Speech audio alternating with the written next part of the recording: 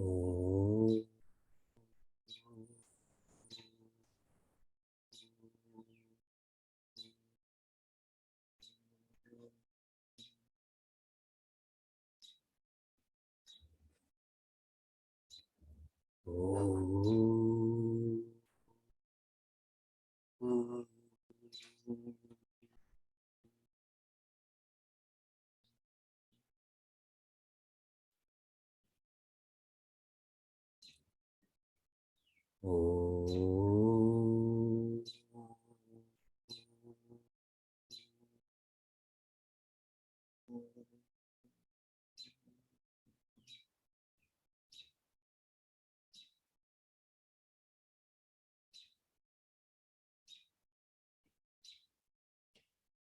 As we near the end of the teachings on contemplation, I want us to be clear. Why contemplate? Please share with me in the chat. Why contemplate? A single word answer will be fine. Contentment. Good. What is contentment? Our rishis have shared that contentment is whatever enjoyment we can have in the world 100 quintillion times more is the nature of joy. So it doesn't matter how hard and smart I work to extract from this world, it will only be 1 over 100 quintillion. And so contemplation is to change my identity from trying to create joy to being joy. Please reflect lots on this. If you had 100 quintillion children, that would be your reality, correct? Your life, your reality would be your children. If you had 100 quintillion dollars, that would be your reality. In every direction, there would be money. Now make that about joy. Your reality would be joy. Reviewing verse 30. Yo mam pashyati sarvatra sarvam cha mai pashyati. The one who sees me in all and all in me. This is the translation. The implication of this: feeling, having the sense that all are in one, this should be our sadhana. When you practice contemplation, the contemplation should be all is in one. Practically, earlier this week, I shared with you, United Consciousness is trying to help people feel they are world citizens. That's that sense that the whole world is in me, has this oneness. Feeling the sense of one in all, this should be our seva. When you shift from contemplation to your responsibilities, this is going from sadhana to seva. Practically, this is why we have our Plant One for One initiative. For those who looked at this in detail, Plant One, that first one is lowercase. For One, the second one is uppercase. Why should we plant one? For that oneness is in all. So this first line is sharing with us what our sadhana should be, what our seva should be. Tasyaham na pranashyami sachamena pranashyati. For the one who's practicing contemplation, they never lose me, and I never lose them. That's the translation.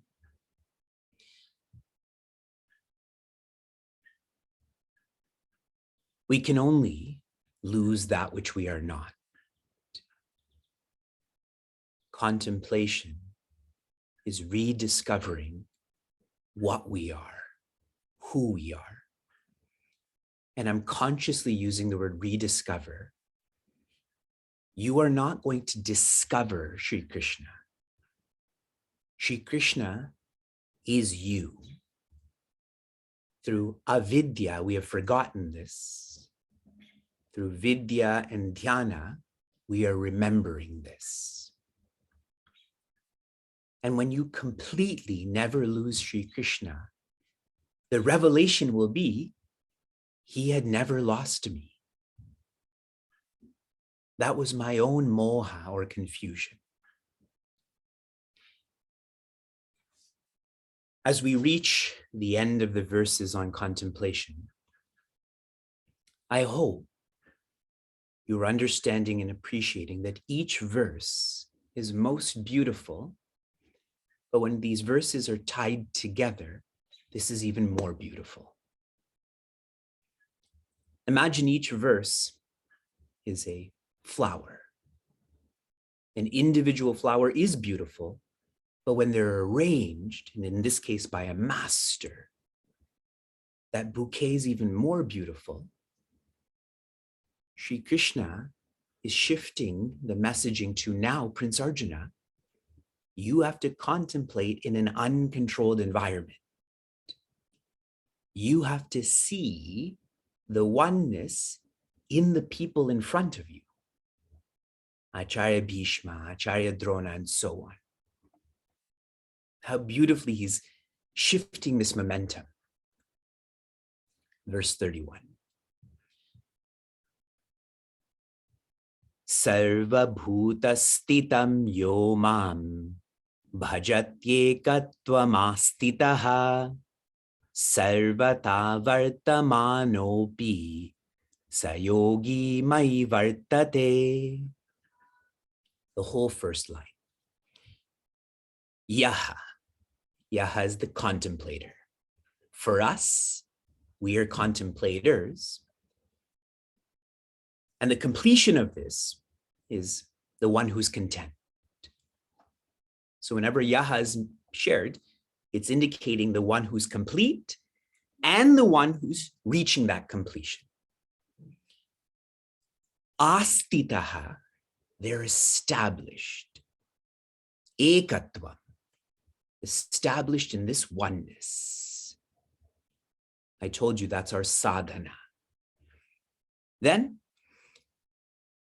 bhajati, they worship, they serve mam. That is Shri Krishna. Where is Shri Krishna? Sarva bhuta stitam, the one who is established in all beings. What an amazing line. The one who's practicing contentment. How to be content? You have to feel this oneness. And when you feel this oneness, then you express this oneness by feeling this in all beings. This is not a new message for us, neither in this chapter nor in this scripture. So to give you more to reflect and contemplate on, I'm going to take you to Srimad Bhagavatam. Shri Krishna's father's name is Shri Vasudeva. And Shri Vasudeva was interacting with Rishi Narada. And he said, I know Shri Krishna as my son, but I don't know Shri Krishna as Bhagwan or God. And so I feel incomplete. Please personalize this. For us, just change the words to, I know of happiness, but I don't know happiness. If you only know of happiness, you are not happy then. You have to know happiness. So he asks Rishi Narada, how can I know Shri Krishna as divinity? And Rishi Narada then goes on to share precedent on how to know Shri Krishna as divinity. And he doesn't just answer this in one way, he elaborates a lot on this. Here's one part of this elaboration. He says, the uttama bhakta. For us, we translate that as the best contemplator. The best contemplator feels all in Bhagwan and Bhagwan in all. For us, all in one in all. The best. Now here's the more important part. The madhyama bhakta. Not the best, but the intermediate contemplator. How do they go about living? They love Bhagwan. They are loving to divinity. They are caring to devotees. They are compassionate to the ignorant, and they are indifferent to enemies. Loving to divinity, caring to devotees, compassionate to the ignorant, and indifferent to enemies. And the prakrita bhakta. Prakrita means lowest, materialistic, beginner contemplator. How do they go about living? Archa, puja, shraddha. They have faith in chanting the names to an icon. They have faith in worshiping an icon, but they do not have that same faith or sense with a bhakta or anya. In other words, all they can feel is this connection to an icon, to a murti, but they cannot do that with any other entity. They can do it with stones, but not plants, not animals, not humans. Did you see that difference? From the best to the ordinary to the mediocre. Why I'm sharing this with you, as you go from the best to ordinary to mediocre, there's more separation. The best, there is a all in one, one in all. See, even with the ordinary contemplator, there's differences, correct? See how these labels come out. This is divinity. This person is a devotee. This person is indifferent or ignorant. This person is an enemy. So there's a sense of difference there. And where there's differences, there is fear. And then you have the person who has so much of difference between stones and animals and plants and humans. They're living in fear. That's why they're stuck with this icon.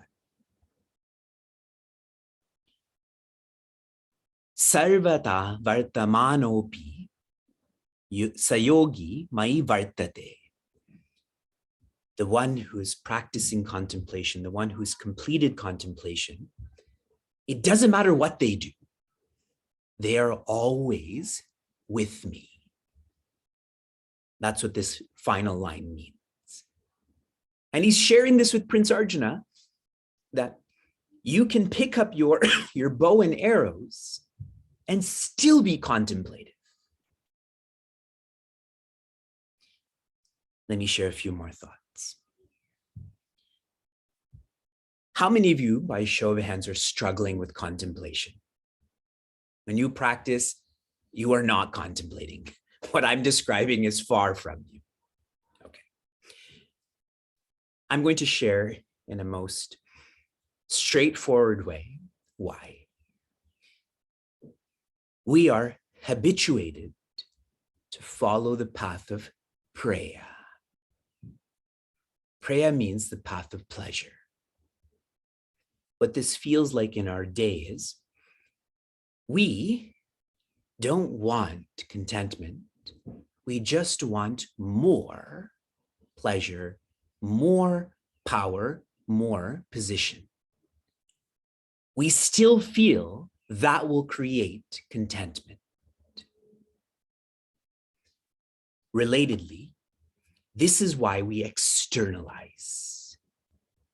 We externalize Shri Krishna to an icon, but we can't bring ourselves to feel that the sense of I in you and the sense of I in another is Shri Krishna. Externalizing is easy, isn't it? Isn't it easy to teach contemplation? Isn't it hard to practice contemplation? Isn't it easy to give advice? I've been doing this for almost 700 mornings. Isn't it difficult to follow that advice? And just to make this so real, because we want to deny, we want to deflect. I don't follow the path of preya. When we had shared this initiative, Plant 141, this is sadhana, this is seva, shared all over social media. Thousands have seen this and liked it, but cannot give of themselves to even donate. The minimum is $2. And what for? Sadhana and seva. And I'm highlighting that because it's so easy, isn't it? For me to look at this, for me to like this, but for me to actually feel this, we are not trained in this. That's why karma yoga is imperative. For jnana yoga to be real, for us to practice dhyana yoga. And if you can complete dhyana yoga, sarvata vartamanaha, that is an amazing reward. Then you transcend context. It does not matter if people hate you. If everything around you is burning, you will still have the reality of that 100 quintillion units of joy. Follow shreya. That is Prince Arjuna's question. That should be our question. And Shri Krishna is answering with hundreds of verses. Shanti, Shanti, Shanti. Oh.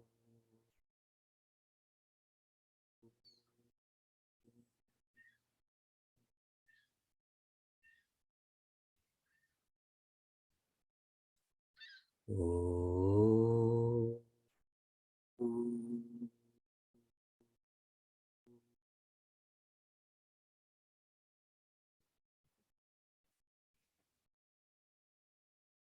Oh.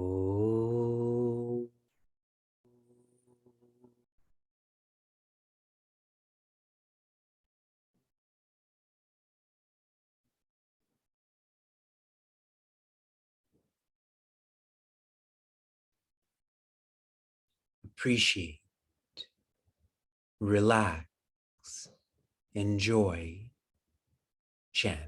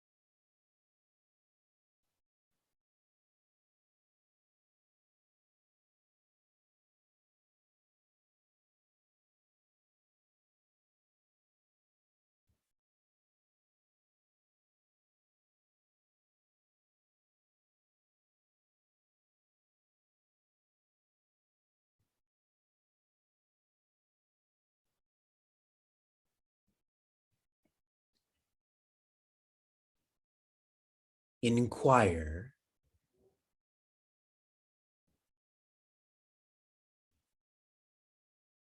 inquire as to why practicing contemplation is difficult.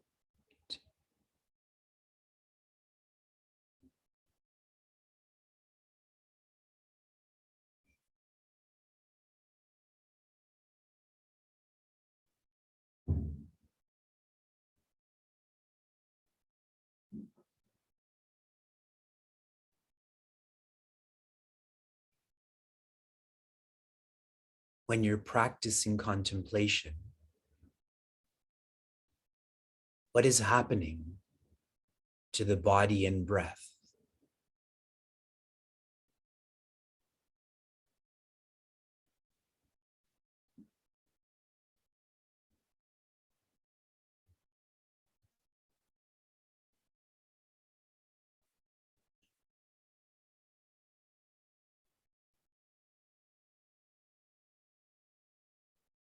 Where is the mind?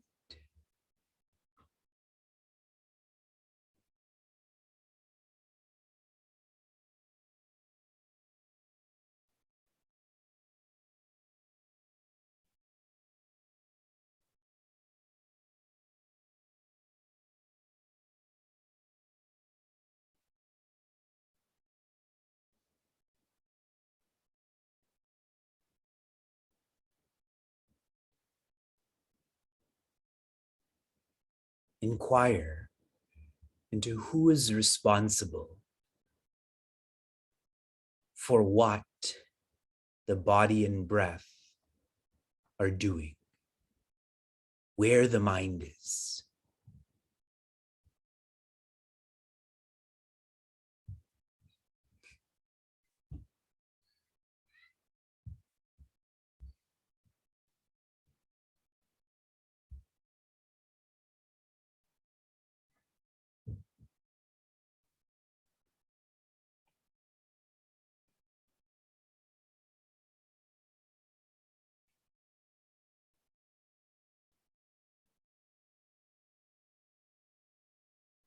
Are you the body?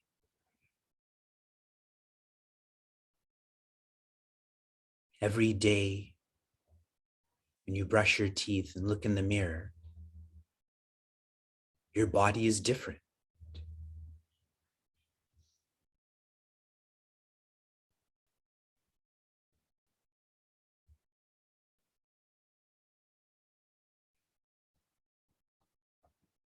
Are you the breath?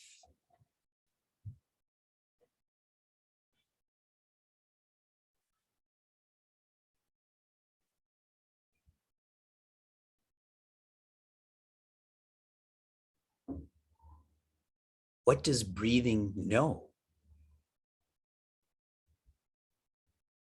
Does it know who's in front of it? Does it know who's breathing?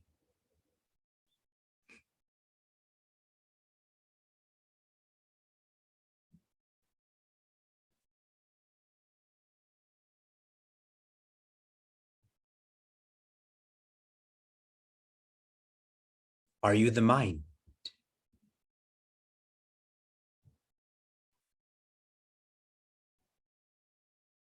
The mind is a flow of thoughts.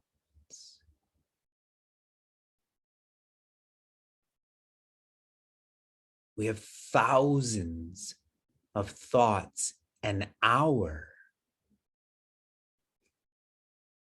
Which thought are you?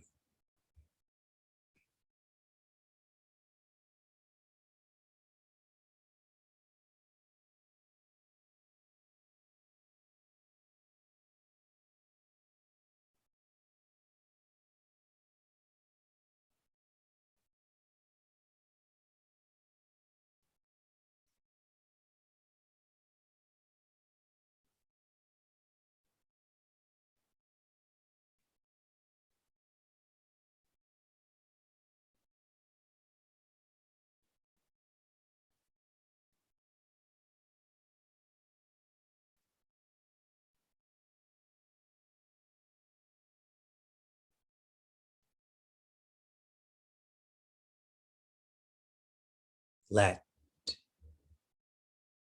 the body, breath, mind fall. Let them fall away from you. Let them be.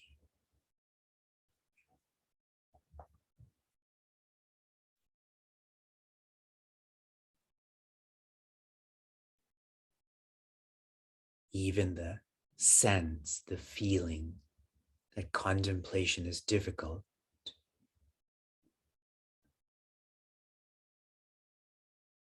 whether the intellect has decided this, or the mind is labeling this, or the body is expressing this, let this fall.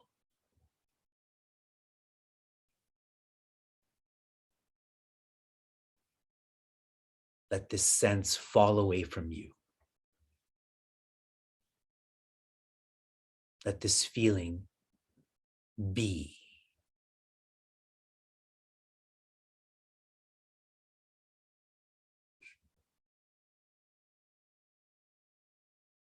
Contemplation is not difficult. Contemplation is the most naturalizing verb, the practice that will make us feel completely natural, completely our nature.